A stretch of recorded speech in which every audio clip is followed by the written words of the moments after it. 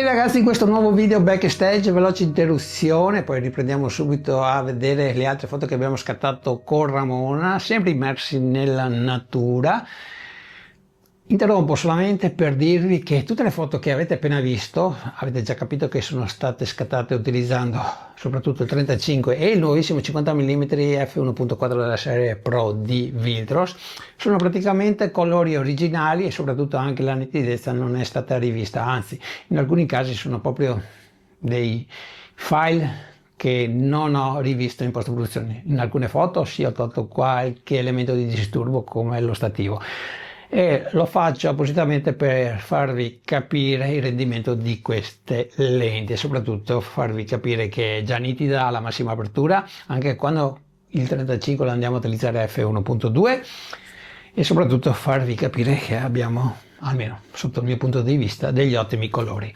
Quindi detto questo, ti faccio vedere altre foto che abbiamo scattato a Ramona e poi vado a dirti altre curiosità di questo shooting.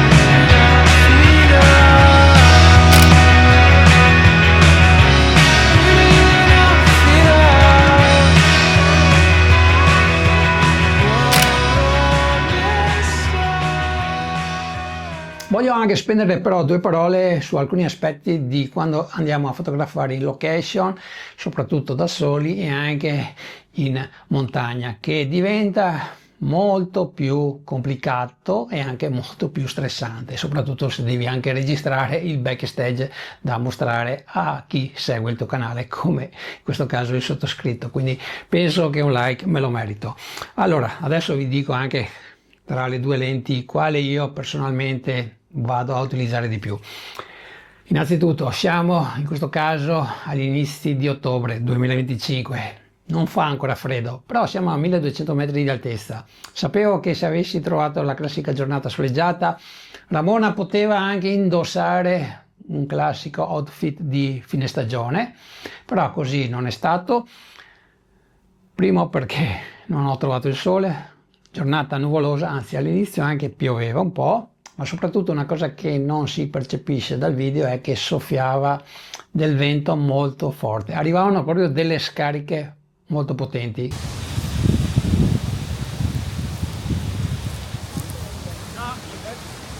Quindi quando utilizzi stativi flash praticamente devi avere a tutti i costi qualcuno che regge lo stativo, altrimenti cade giù. Io non avevo nessuno, stavo rinunciando all'utilizzo del flash, però già utilizzando uno stativo che fa la differenza, te l'ho fatto conoscere esattamente un paio di mesi fa, anzi all'inizio di giugno, SMDV ha fatto uno stativo che non dico che faccia i miracoli, però ti aiuta moltissimo, soprattutto quando siamo in terreni che non sono praticamente piani, quindi vai molto bene ad avere più stabilità proprio perché hai la possibilità di allungare le gambe di molto, quindi anche quando abbiamo pendenze abbastanza importanti riesci a mantenere lo stativo bello retto e fa la differenza, credetemi. Non è che avrai la garanzia che lo stativo rimanga in piedi con il vento, però fa, diciamo, una bella differenza.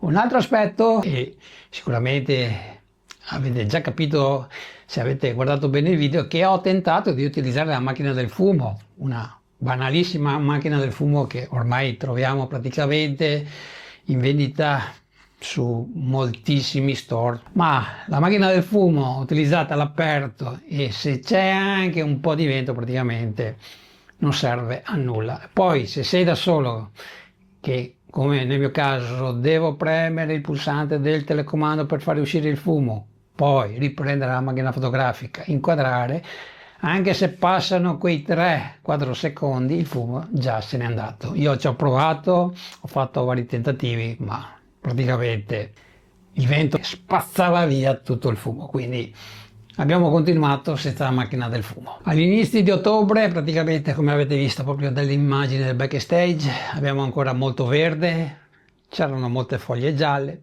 Volendo puoi stravolgere la foto in post produzione perché puoi ottenere un mood completamente autunnale con la post produzione, però ho voluto mantenere proprio i colori originali della foto proprio perché innanzitutto sono belli anche così e soprattutto per farvi vedere la qualità di queste due lenti anche quando andiamo a utilizzare la massima apertura.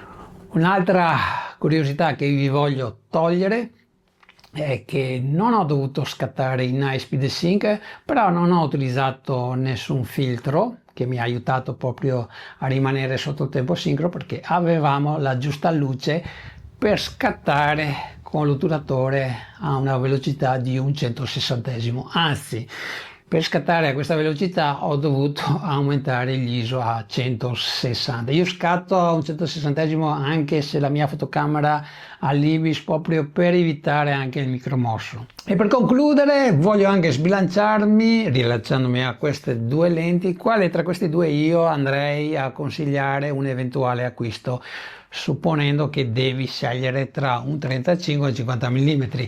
Anche se personalmente ti consiglio di valutarle entrambe, soprattutto se fotografi anche in studio. Adesso escludiamo la fotografia di reportage, matrimonio, insomma, rimaniamo proprio nell'argomento di questo backstage, fotografia con una modella. Allora, io personalmente, se devo valutare poi gli ultimi 10 anni, ho scattato praticamente al 90% delle mie uscite fotografiche sempre con un 85 mm. Il restante 10% l'ho suddiviso con un 35 mm e un 135 mm, ma molto di più come seconda lente un 35, ok? Quindi di solito io porto con me un 85, un 35 e qualche volta, non sempre, anche il 135. Il 135 lo porto solamente proprio perché pesa, quando so che mi è decisamente utile e fa la differenza. E quest'anno è capitato, te lo posso garantire, non ho potuto sempre registrare quello che faccio, però ti posso garantire che il 135 quest'anno l'ho utilizzato molto di più proprio rispetto al 2024. Il 50 mm, quando parliamo sempre di fotografia all'aperto, è una lente che andrei a utilizzare personalmente come obiettivo tuttofare, quindi non voglio portarmi il 35, non voglio portarmi l'85. Ecco, se so che posso fare tutto con il 50 mm perché non voglio sbattimenti, è la lente che ti vado a consigliare.